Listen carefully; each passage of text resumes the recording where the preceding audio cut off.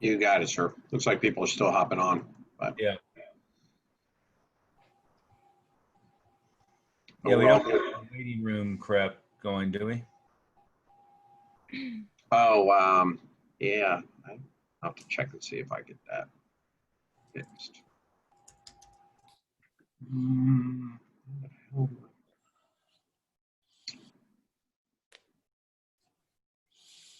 Chuck Fertoli, how's the opening going in New Jersey? Open last week, right? Oh, yeah, right now they're telling us we'll start stage 2 on Monday. Salons and barbershops are able to open on the 22nd. So it looks like we'll be in that week of the 22nd, but we don't have a definite date yet.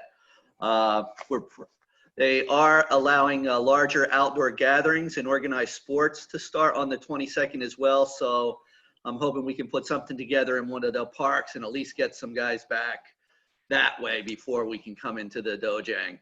Are you in New Jersey or New York? New Jersey. Yeah. One of the members I was talking to this morning said that they had the green light on the 1st of June. They're in Colts Neck. Okay, that's a little bit away from us, but you know, as far as the Governor Murphy saying, you know, no gyms are allowed to open, none of that stuff. You know, Paul Pendergrass started doing the stuff in the park. Right. And that was over a week ago, I think. So yeah, didn't he start doing the stuff like? Didn't he start having people come in as well? Yeah, Paul just opened. Right. He said he stole my line. I'd rather ask forgiveness than permission and just screw it. Right. Which frankly, I'm not, suggesting anybody break any laws or one thing or another. The main thing is having your students feel comfortable, right? And don't go get on national news as the business owner who is failing to comply with anything. You don't want the the governor to be enthusiastic about making an example of you. Yeah, we had a gym not too far from us decide to open. Now they did make a big deal about it and a protest, and they got slammed really, really hard. Yeah. So don't be high profile about whatever. But there is a good argument to the fact that a lot of these cities, counties, and areas are just so confusing with what they're allowing to happen. Our schools here in Colorado just said, we can't figure out what it is they want and don't want, so we're opening, if somebody's mad about it, they can explain to us what we should and shouldn't be doing. You got to make your, whatever decision you're going to have on that. Anyway, but moving right along, hey, Kate, let's start with what you and I have been talking about for a couple of weeks now, so we don't have to chew up your entire day here. What we want to do is spend a little bit of time, and usually we're scheduled for the first Tuesday of every month for Kate to join us and talk a little bit more about Facebook advertising. But one of the things that she and I have been talking about, and we've been talking about in the broader group a little bit, is getting some consistency on follow-up. What we regularly see, and Kate, I think you would agree with this, is thank you. A new school jumps in and pulls the trigger on the Facebook advertising, and to me, it's just like the first time we got somebody to go do a movie theater promotion with Infinity War or something like that. Is what mostly happens is you get kind of overwhelmed with lead traffic, and then the conversion to appointment and conversion to intro is weak. And the natural human reaction is to point the finger and say, oh, these Facebook leads are flaky. And oftentimes people say that in public and they get slapped around by me a little bit because they're, it's in most cases, that's not the deal. The deal is getting a good sequential follow-up process with them.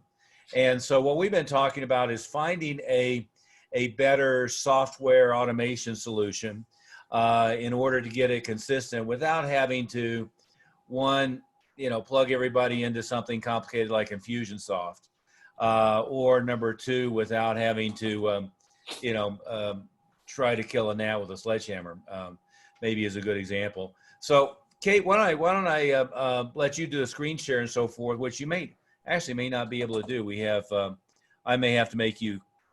I Is it can. going to let you do it? Yep. Okay. And Master Oliver, if I could say, I was talking to one of our members this morning.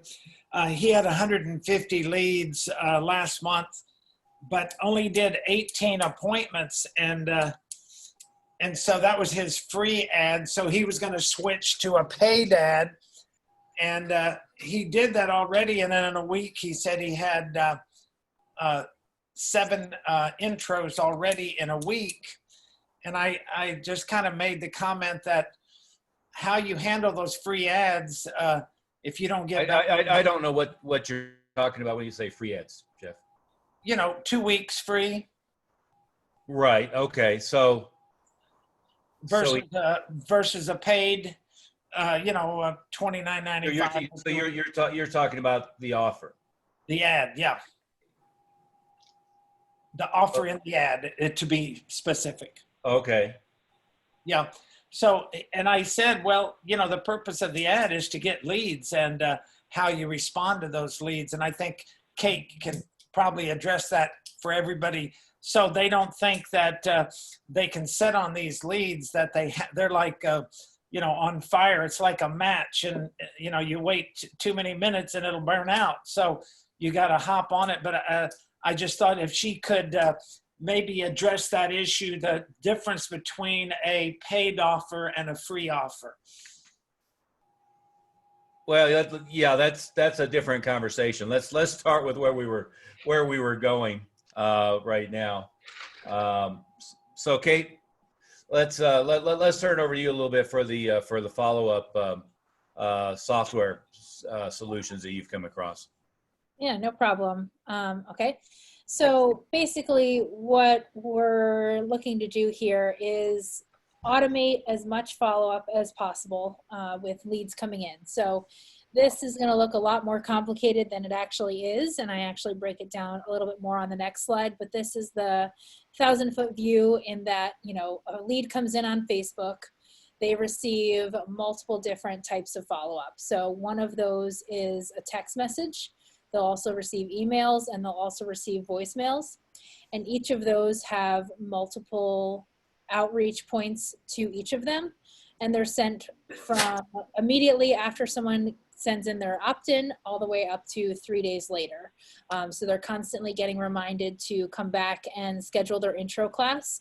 And it'll be a rotation of emails, voicemails, and text messages.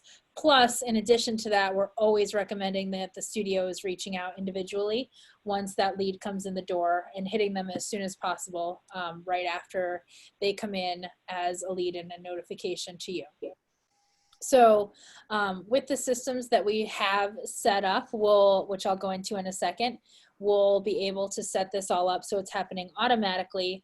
My team here at EDG will be able to set it all up for you, aside from setting up the actual account.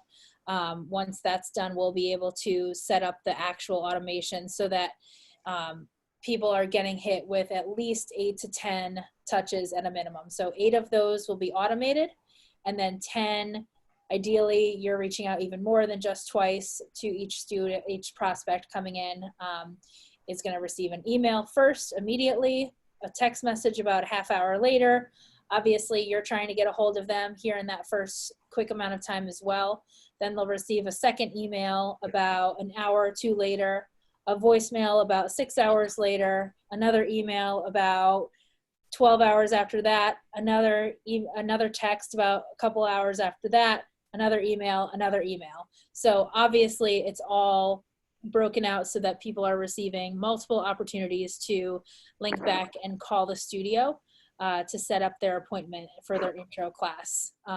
Obviously, if you have an online scheduler set up, one of the online calendars like ScheduleOnce, everything can be linked to that, and they're booking their appointment right on your calendar link. And if that happens, the follow-up email sequence stops. And if not, they'll still continue to receive those emails.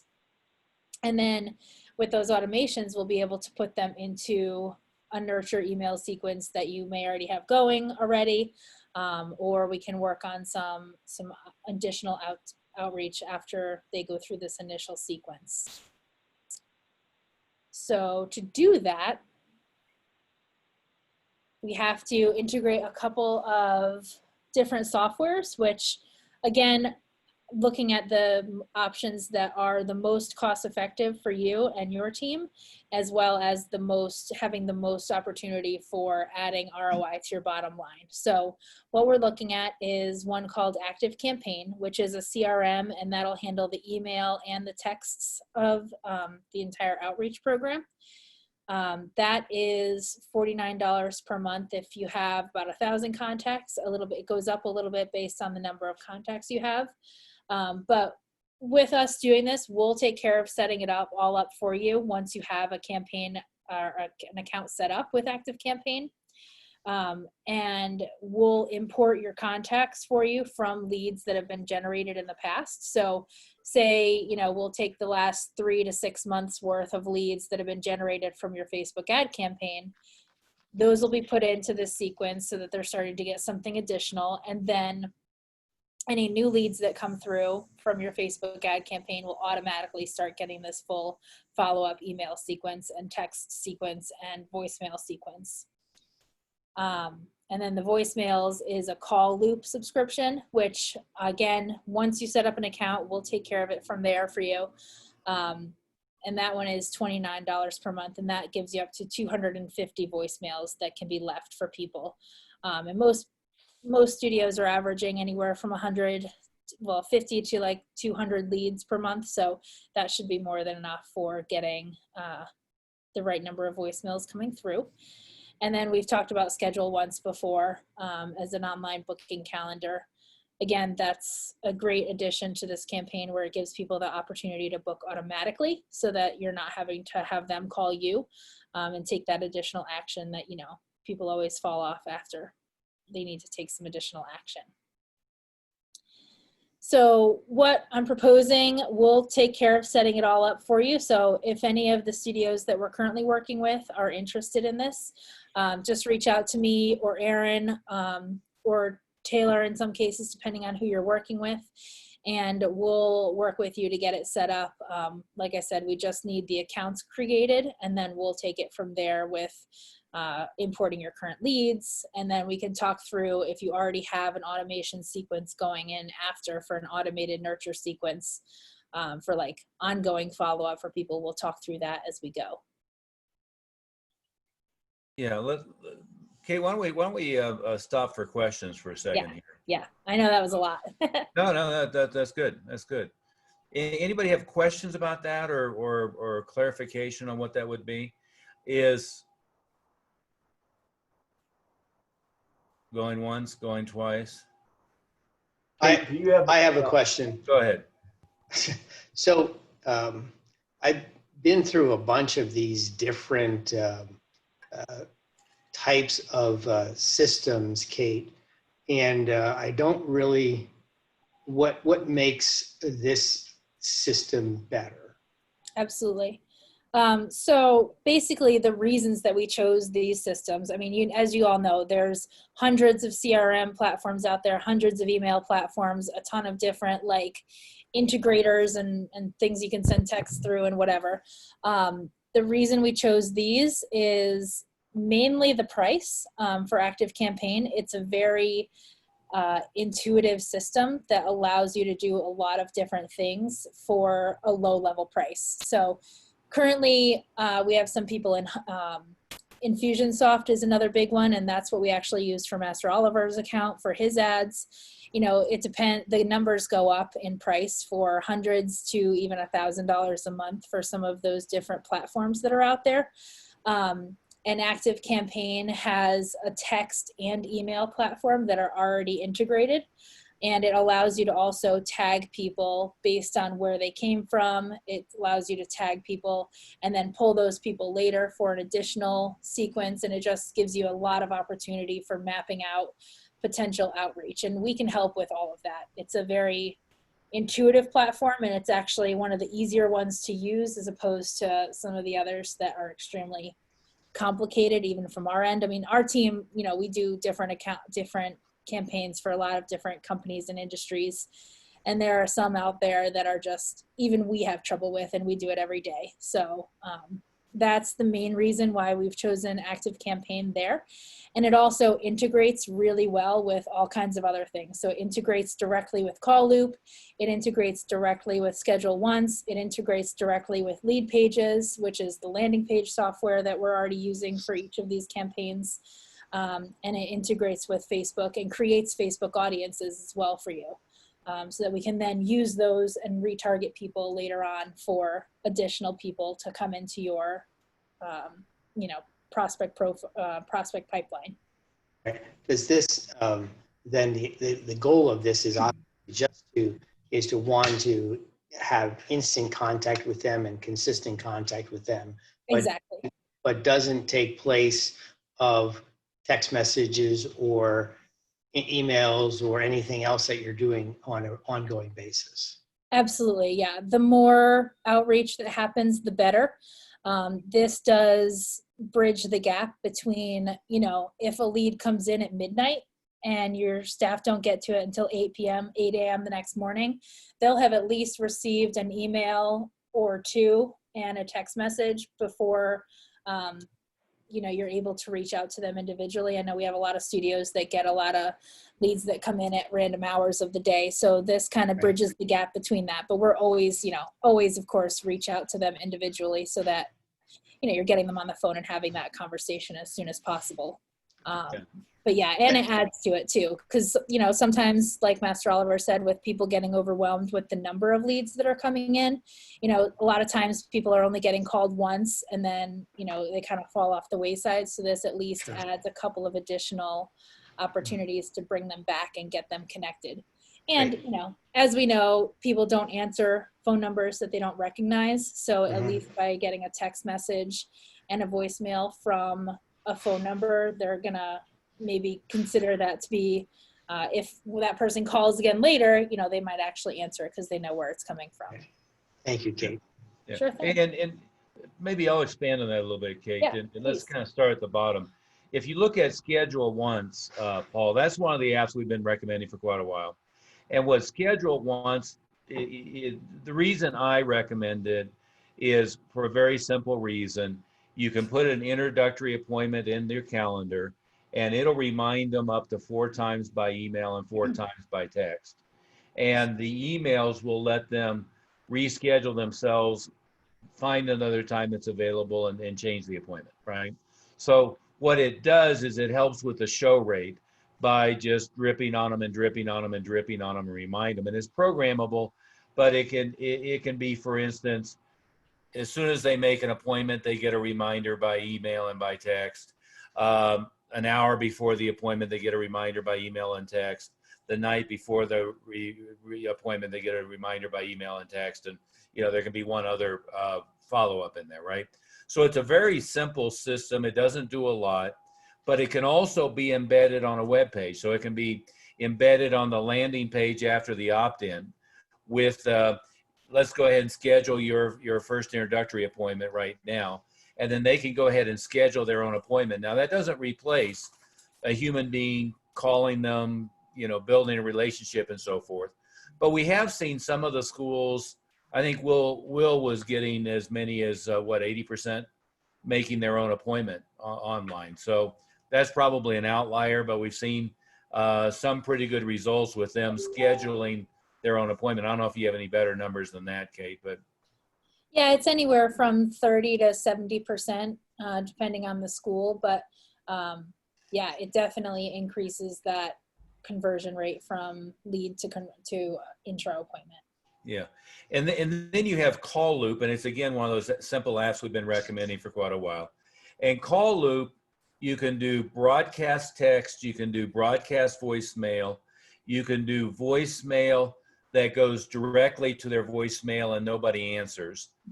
You can also program a different message for live answer than for when it goes to voicemail. You know, live answer can be, oh, sorry, I'm having a computer call you, but I want to make sure we got on the phone. It can also then be programmed, let's say that you were using Call Loop to call all your students about an upcoming belt graduation. You can have it, hi, you know, sorry to have a computer calling you, but we wanted to make sure you were set for the upcoming belt graduation. Hit 1 right now, and Mrs. Smith is available to get all the rest of the information and make sure that everything's ready, right? So you can have them punch a number and be dialed back into, which initiates an inbound call. So it has some pretty interesting features, right?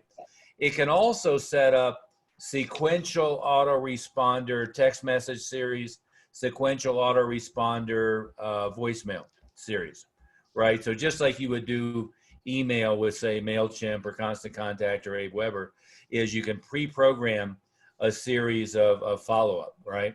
So we've always been recommending Call Loop and ScheduleOnce as 2 of the simple apps that people should be using. And then you take ActiveCampaign, and as Kate said, we've used Infusionsoft for a number of years, and it's a very robust, very comprehensive and complete pain in our ass that we very rarely recommend to anybody, okay? ActiveCampaign is like a slimmer, lighter, easier version of that. And one of the distinguishing features of Infusion is it doesn't even natively do text messaging. So in this case, the ActiveCampaign will do 3 things that you'd have to have plugins for 2 of them with a software like Infusion.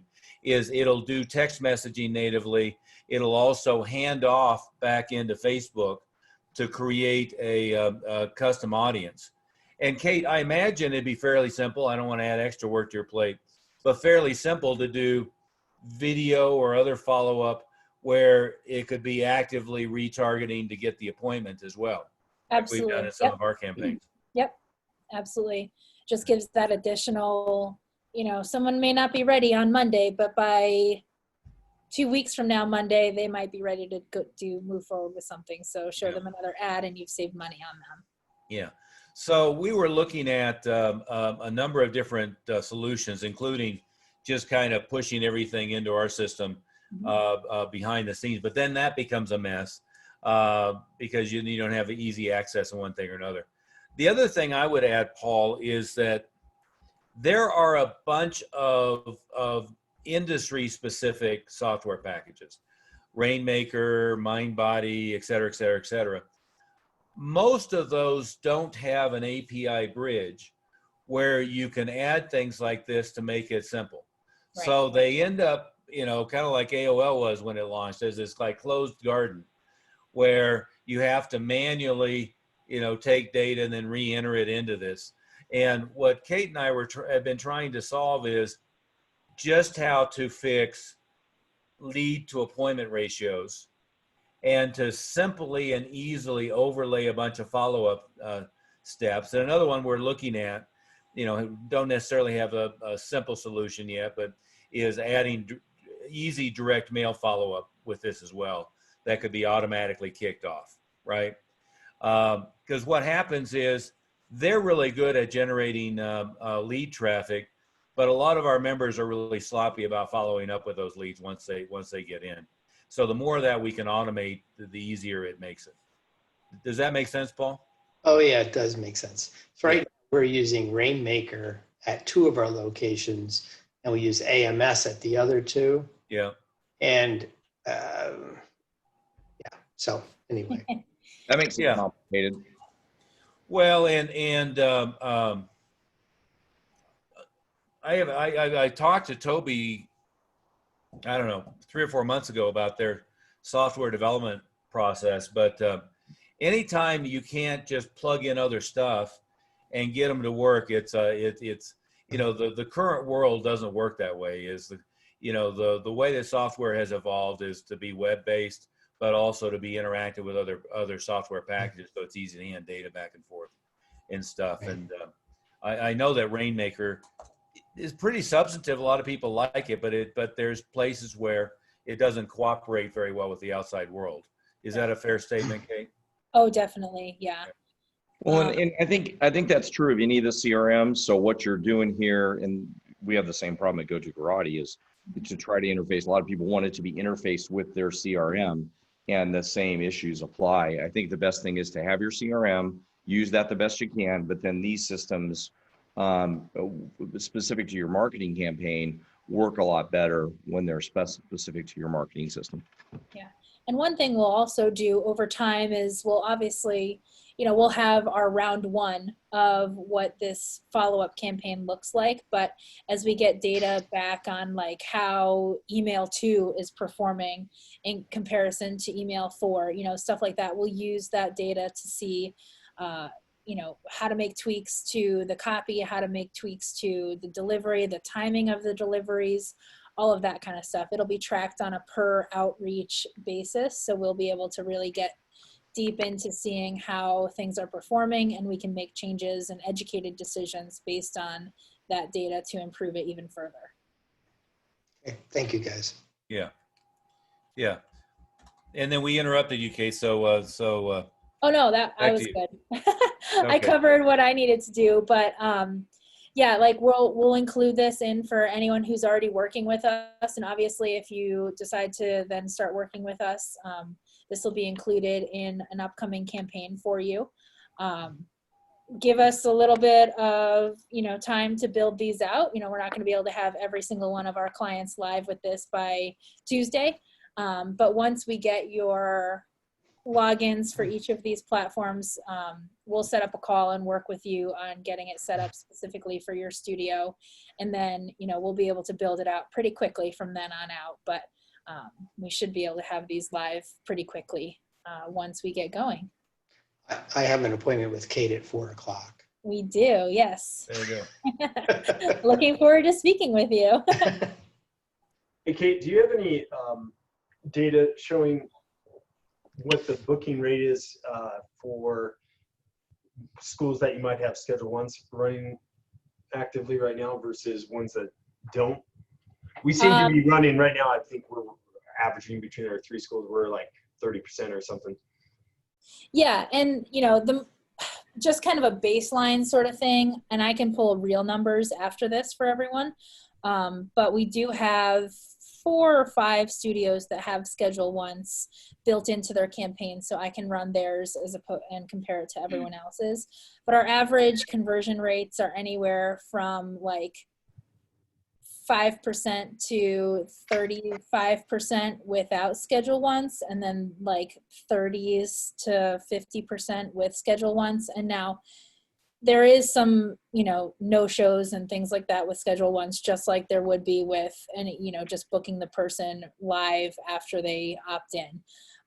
So I know that that's a thing, but we do have some decent data as to giving people the opportunity, because they come in off an ad, they're already engaged, they're already excited about it, they're obviously taking some action. So the more action we can get them to take right then and there within those first 3 minutes of seeing your ad, the better opportunity it is to get them on board right afterwards.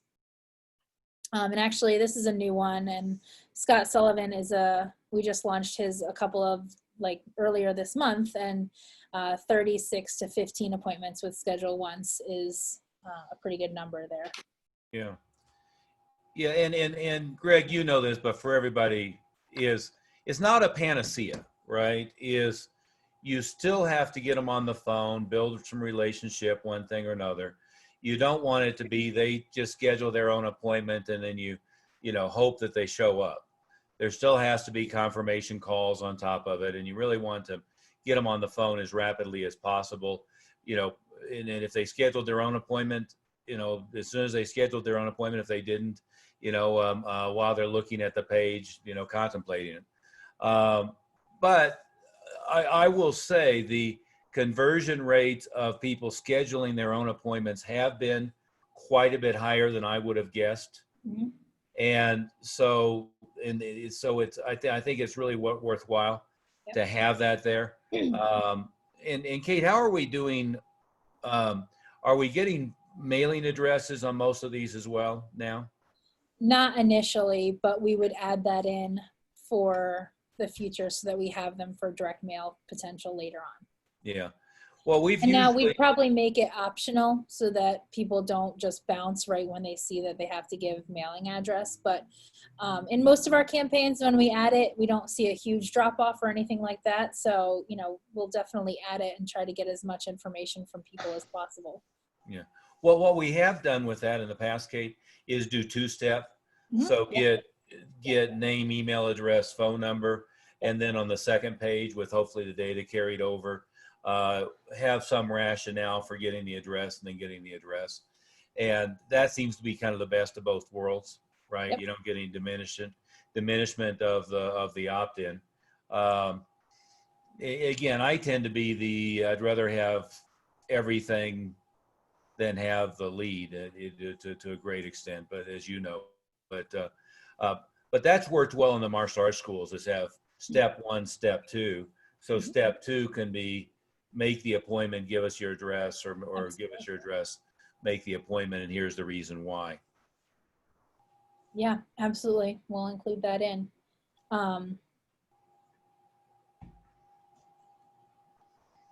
Did that answer your question, Greg?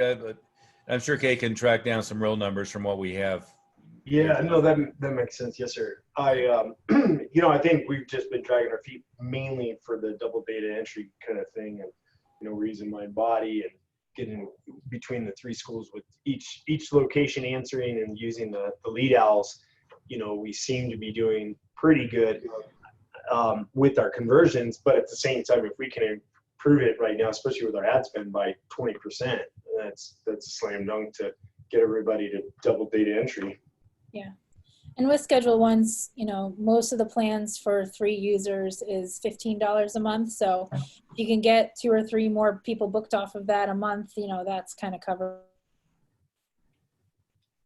Yeah, I think there is a distinction between where ScheduleOnce lets you personalize the follow-up. Yeah. And I've always done that as the minimum so we can put in the phone number and one thing or another, so that the reminders are personalized. Yeah, that's the second level up. I don't think you have to go to the full enterprise level. Yeah. The middle level is pretty personalized. It's pretty good. There you go. So that's more than adequate. Yeah. Sorry about that. And as everybody should hear, we're doing all the automation. Nothing replaces like immediate calls. No.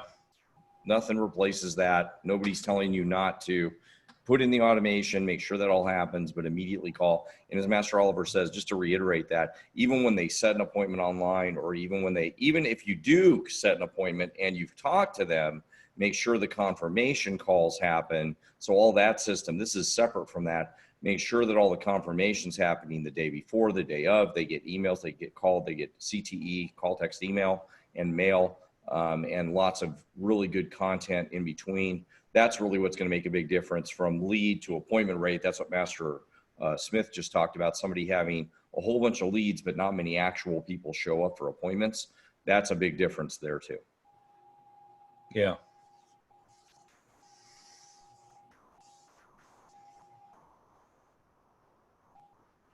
Kate, did you have anything else here? No, that was the main gist of it. Okay.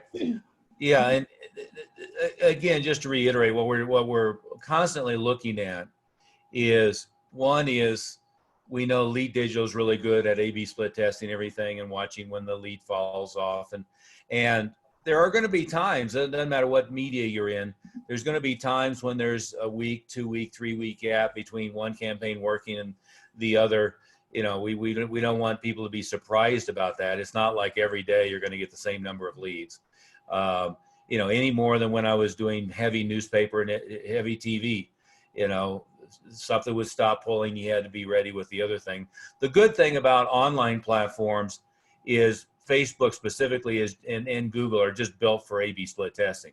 So it is much more rapid that what's working, what's not working. Now, Kate, let's go back to Master Smith's somewhat random question earlier. Is you've been tracking the various paid offers and tracking the various free offers, and And what's been the comparison on those? Yeah. So initially in the beginning, when schools were in-person classes and all that kind of stuff, the paid offer was performing better because you had more buy-in from someone, literally, and they were more apt to come actually into the studio and complete their intro and move forward from there. Since we've gone virtual, we have seen that the 2 free weeks virtual has been the best offer overall. We did try a couple of paid offers for a couple of schools throughout the last couple months. And they didn't do poorly. They just, it was definitely clear that the paid offer was not as good as the free offer from a virtual standpoint. Now, as we get closer into everything reopening and studios getting students in person, I would recommend we go back to some paid offers for people here and there. But like Amanda Olson, for instance, you know, we've run a bunch of different, we've been running her ads for over a year now, and we've run a bunch of different offers for her, but consistently the 2 free weeks has been her best offer. So that's, you know, been her location's preference on which offer we run with. But either way, both do pretty well, especially once we're in person for each of the schools.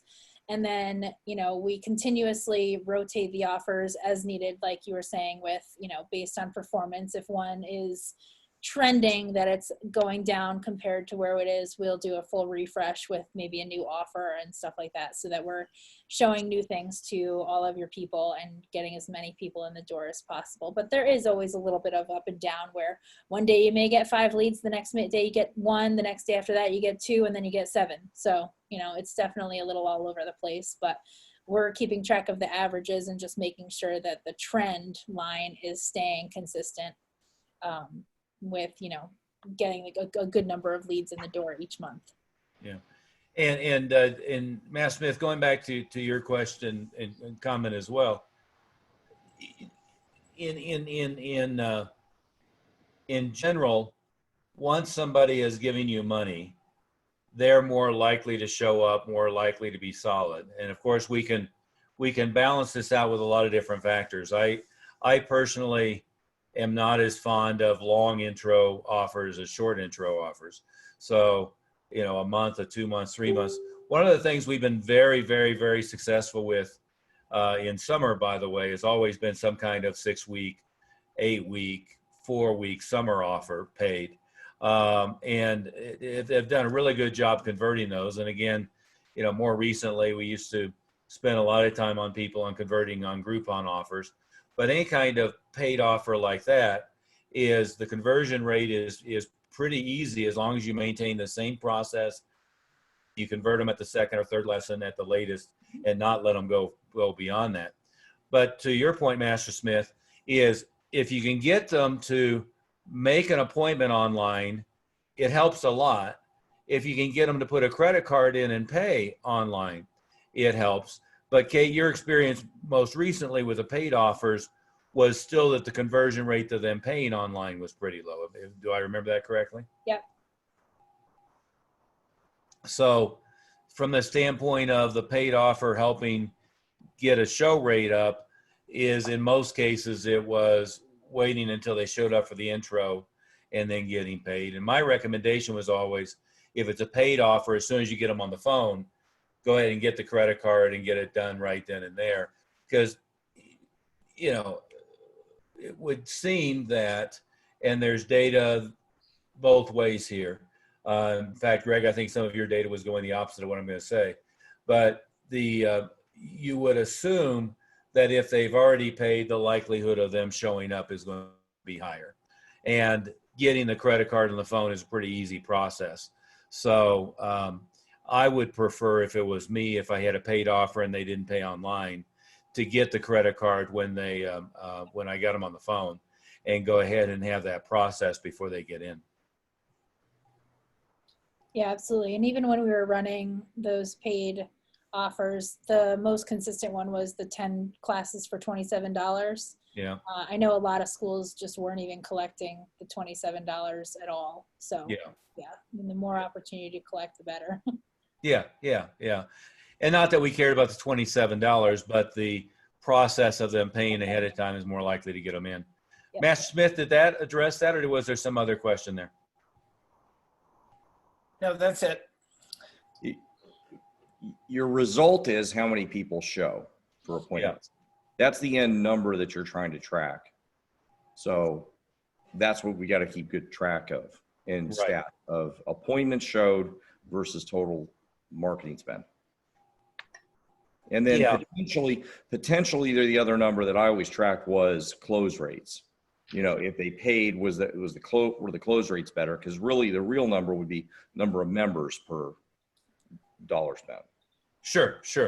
Well, we want to know every number, what it costs per lead, what it costs per appointment, what it costs per intro, what it costs for enrollment, and be able to track that through. But if we don't know the percentages, as you're saying, if you don't know the lead to appointment ratio, if you don't know the appointment to show ratio, if you don't know the show to enrollment ratio, and then you want to know what those numbers are by source and know what those numbers are by offer, right? So, you know, a short paid offer, what we know generally, you know, the paid offer has a higher show rate and may have a slightly lower closing rate for the first or second intro close. So we've always got to balance that out. Now, 10 lesson offer isn't going to make much difference on that, but if it was a month, 2 months, 3 months, the longer it goes, the more you have to really overlay the reason for converting now.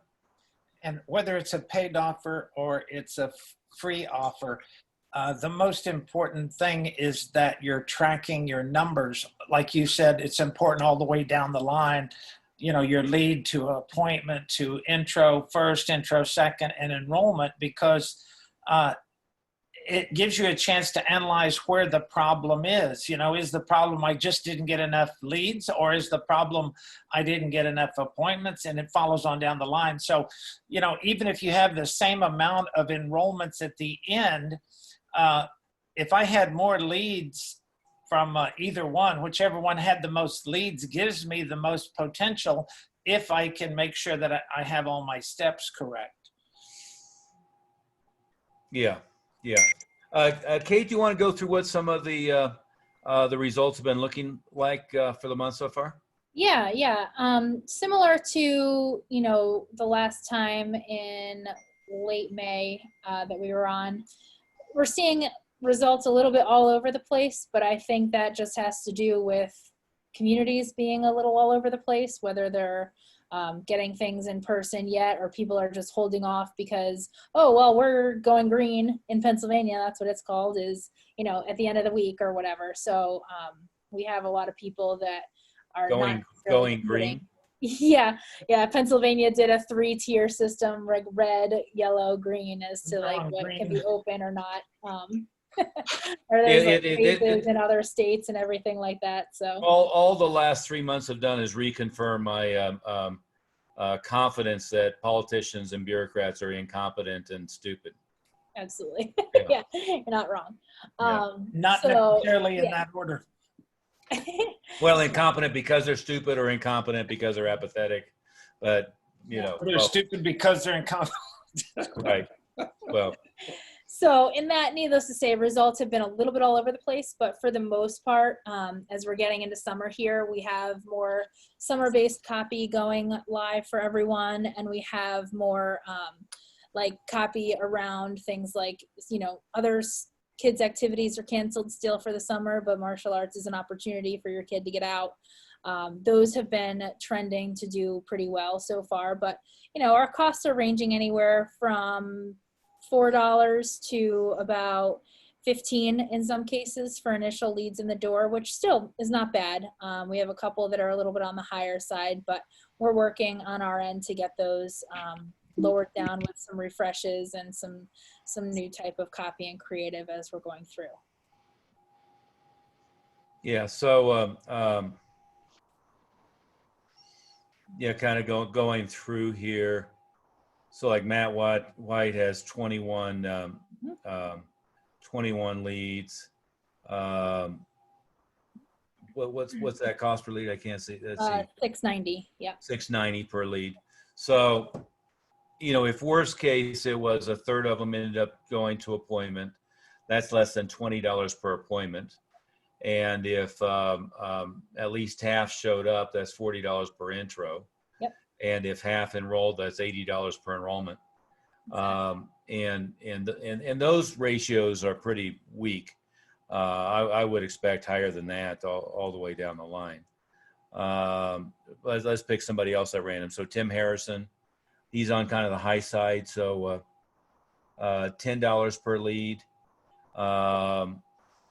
You know, if we got a third, which is what he's showing there, that's going to be what, $30 per appointment. And then if we got half of those, that's 60 per intro. And if we got half of those, that's 120 per enrollment. Yep. See, in almost all cases, probably all cases, you know, you're way above break even the day they enroll. Yep. Right. Absolutely. Yeah. Yeah. And we have seen a lot of costs go down between May and June so far. So like Tim is an example of that, where he was paying almost $27 for that initial lead in the beginning. And I think he was on a paid offer previously, so that now he's on a free, so that has an effect there. But coming in at $10 a piece for June so far is really good. Same thing on a couple of these others, you know, 7 to 5, that sort of thing. So we're keeping. You got some people not putting in their appointments, right? Yes. Yep. Yeah. That's why there's either a slash for some and a not for others. And so that's up to the school owner to Self-report. right? Yep. So they do that on their tracking sheet where the leads are kept. So some of you guys aren't entering your appointments, so it's harder for us to. You've got to, help. it's so important. If you want to get more bang for your buck, you got to know where it's going. So without your stats, you're shooting in the dark. Yeah, and I can tell you from just personal conversations with several that I notice here who are reporting appointments but aren't converting to appointments very well, is everyone I've talked to has just been sloppy follow-up, which is, again, why we spend a lot of time on how do we get a bunch of text messages, emails, voicemails, direct mail all queued up. You know, trying to do one outbound call to them and then kind of giving up is really a horrendous mistake. You know, if a new enrollment is going to be worth, Greg, I think the last time we did your numbers, you know, one school is like 7,000, another school, worst case is like 5,500 for the average value for enrollment, right? So if a new enrollment is going to be worth over $5,000, it certainly merits chasing them pretty aggressively and pretty quickly to make an appointment. I've never understood, you know, the relative laziness that happens. I'm really glad that Kate is doing those 3 new systems, because those automated systems, I think, are going to be the big game changer, because then all you got to do is open that spigot, and now we're not going to lose them all.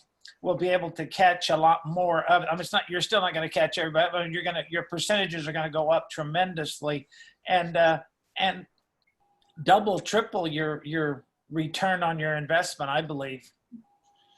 Yep. And we can add in additional like one-off emails later. So if a lead comes in June and they're not actually interested and they don't actually come through with anything, they can be on a list for a big blast email that goes out in September for back to school. And maybe you can re-engage them at that point. And the good thing about that is, since you already have their contact information and you have paid for the lead already, you don't have to pay for them again. So it adds to the ROI without adding expense on top of it. Yeah, I always like the warm leads better than the cold. Absolutely. Hey, Kate, is this populated automatically, the data from here? No, this is as of Monday morning, it should be. So there may be a few still that are missing. But I mean, it's pulling from our individual spreadsheets. Yes. Yep. We pull direct from your spreadsheets. Is this something you'd be okay with sharing if it was locked down, just so we could? Oh, sure. Yeah. Yeah. I'll send this PowerPoint out to everyone. Well, I mean, this spreadsheet.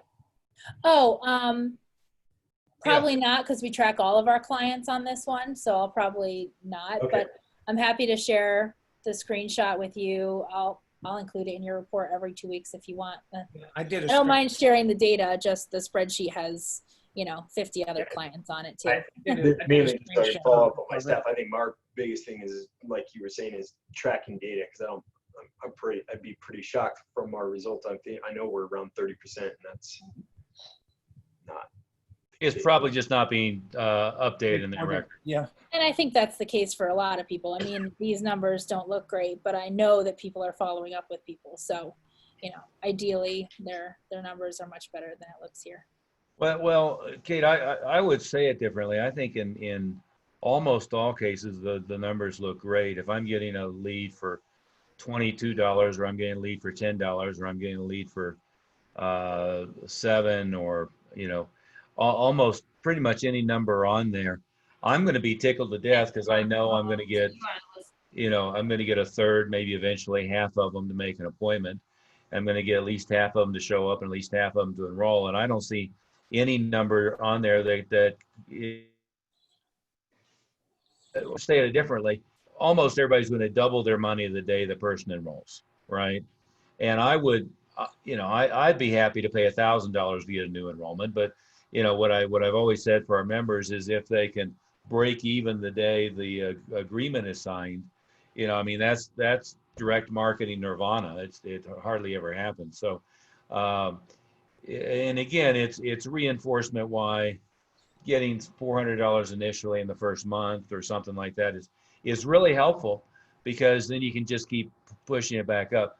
The other thing I would say, Kate, is unless it starts to hamper things too much, pretty much everybody should be pouring more budget into their ad buys.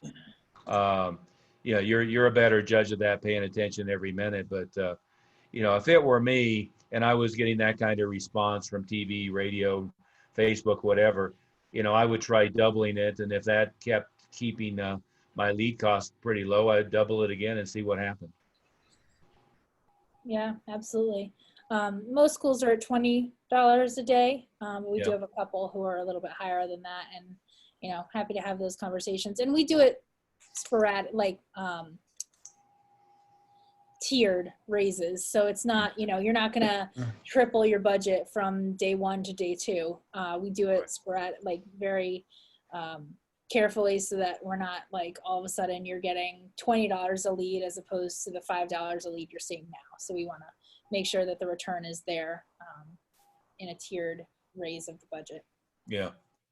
Is it $20 a day? Yep, it works out to about $600 a month. As you can see, here are the end of May numbers. Some studios were a little bit higher, but yeah. I'm spending $5,000. You're spending what? $5,000 a month. All right, yeah. I'm excied to talk to you at 4. Yeah. Let's go. No, it Paul, just gives more leeway. Yeah. Yeah. Now to keep it in context, Kate, that's for 4 locations. Yeah, I know. But Paul, I would argue that pretty much everybody, not everybody, but pretty much everybody's having pretty good results, probably should be on that number. They should be at 1,000, 1,500, 2,000. And so, it's better to open the spigot if something's working. Like, okay, you take $20 a day. Well, if I got 2 or 3 opt-ins that day, my budget is shot, more or less, right? And if it's going to cost me $200 to get an enrollment, and I could spend $200 a day and get an enrollment every day, I would do it all day long, right? If I could spend $400 a day and get 1 enrollment every day, I'd do it all day long. If I could spend $600 a day and get 1 enrollment a day, I'd do it all day long. So I mean, you really got to be thinking about it in those kind of direct terms. They got to know when to double down. I mean, if it's giving you your return on your investment and you double down and it gives you twice the return, then why would you not want to double down again? I mean, you keep doubling down till it's time to cut back when it doesn't show the return on it, because eventually there'll be a plateau. But why stop until you reach that? Well, if I spend 100% more and get 50%, of the results of the first 100. And then if I spent $100 more and got 25% of the results of the first 100, I'm still better off, right? And at the margin, sometimes that happens.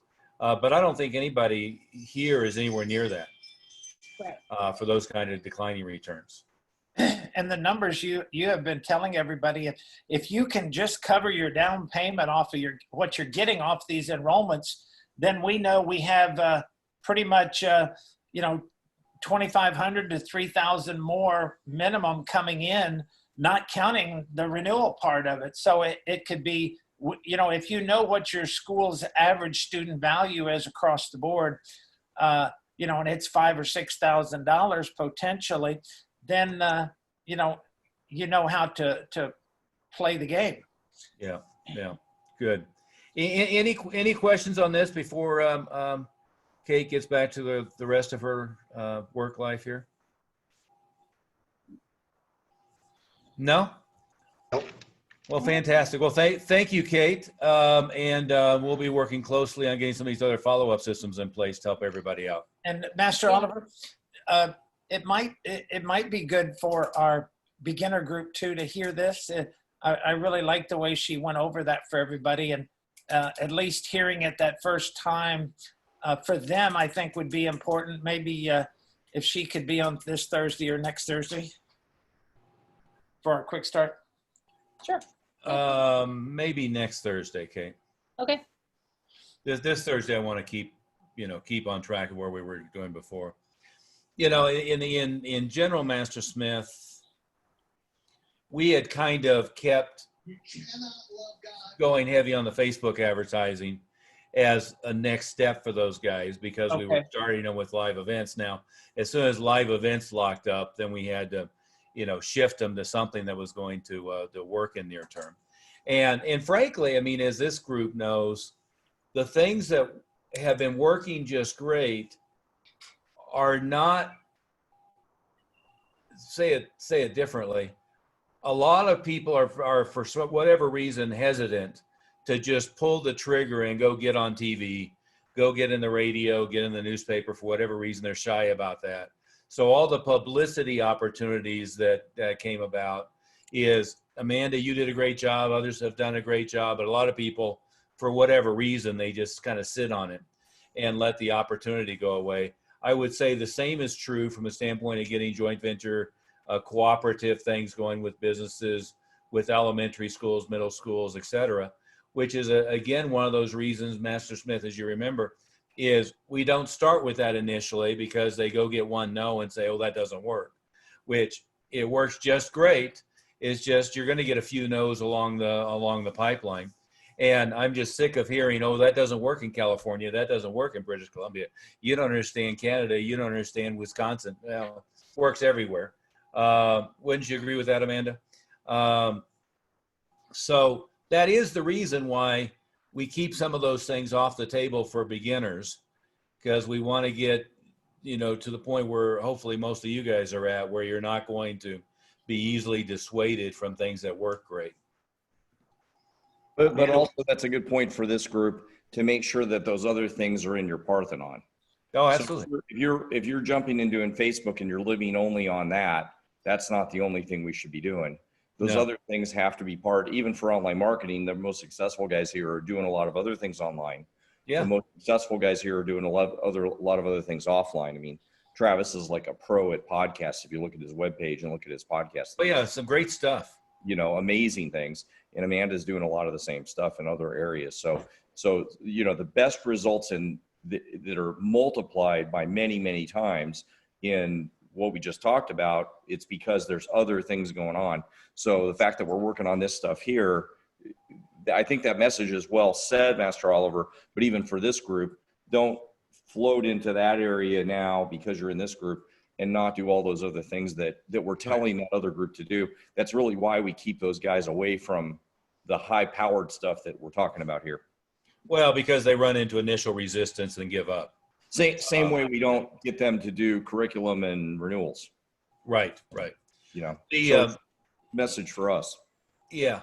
It is maybe a final comment for today is I'm absolutely convinced that things are roaring back already.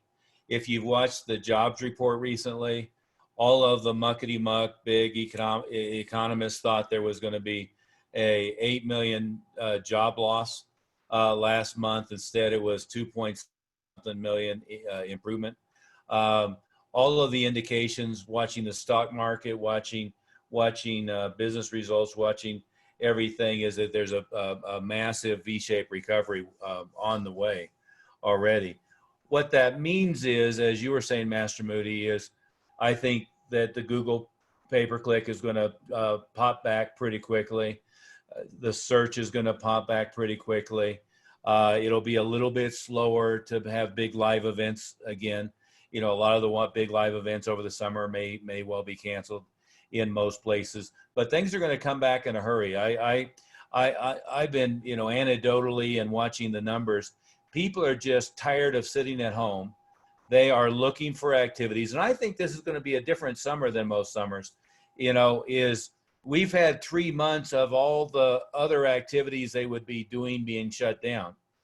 And this isn't going to be summer hits and everybody's on a plane off a vacation and it's hard to get traffic in. This is going to be a summer where they're all looking for activities to do. And Kate, I think July, August, the Facebook results are going to be tremendous. As soon as states open up just a little bit, like Texas, Georgia, et cetera, have done already, is the Google stuff is going to come back. You've got to be out on all that stuff. A bunch of organizations and events are going to come back. So, you know, I'm not trying to be Pollyanna. I think this is going to be the best summer in years, in part because they've been basically under house arrest, right? So if you've got your audience has been under house arrest for 3 months and is now ready to get going and do activities, they're going to be excited about it. And financially, you know, people are in a lot better shape than you might have predicted a couple of months ago. So on that side as well, I think there's an awful lot less concern than there would have been otherwise. Any last thoughts or questions before we call it a day? No?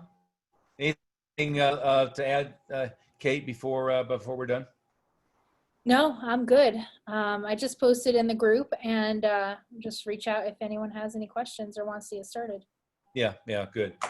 Excellent. And I guess I might add one more thing is I see some of our members who are just like, they think it's like a light switch where I just can't wait till we're open again.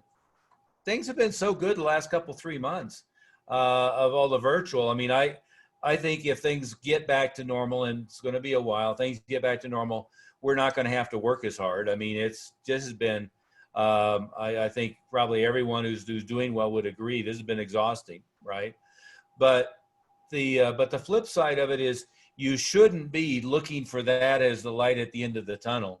What you should be doing is doing renewals right now, cash renewals right now, enrollments, cash enrollments, all the same stuff.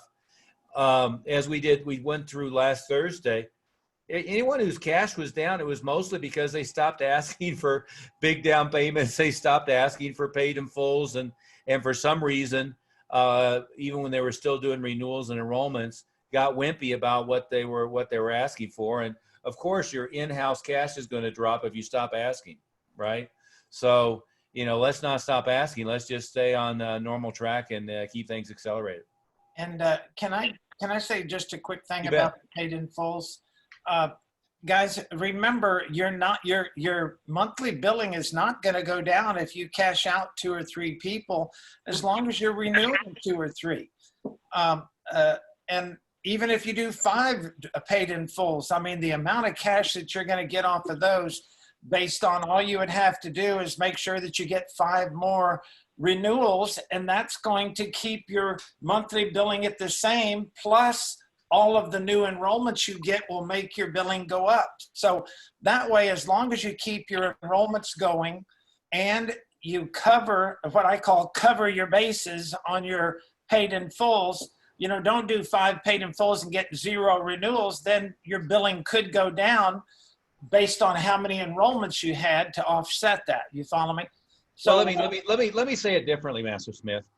the reason I came up with our pricing structure for the renewals, right, was if you did 10 renewals and 5 of them had the monthly payment double and 5 of them paid in full, you ended up not having any impact at all on the billing, right? So if you did 10 renewals and 3 of them paid in full and 7 of them did monthly, you bumped the monthly billing from renewals, right? So my premise was every month I did at least 20 enrollments that were doing monthly, and then anything else could pay in full was fine. But I basically, anybody who renewed, if I could get them to pay in full, great, because I knew it was rarely going to go over half of them, and I was going to keep the billing strong.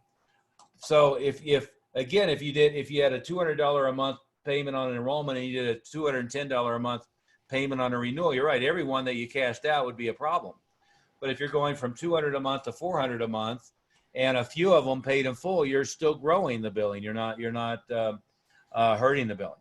And don't make the mistake of when you're trying to close them on the renewal, to talk to them about paying in full. You want to close them on the easiest, which is a monthly billing, and then you go back after they've committed and you can follow up, a month or two later. Let me suggest, Master Smith, that you could take 30 minutes on that tomorrow.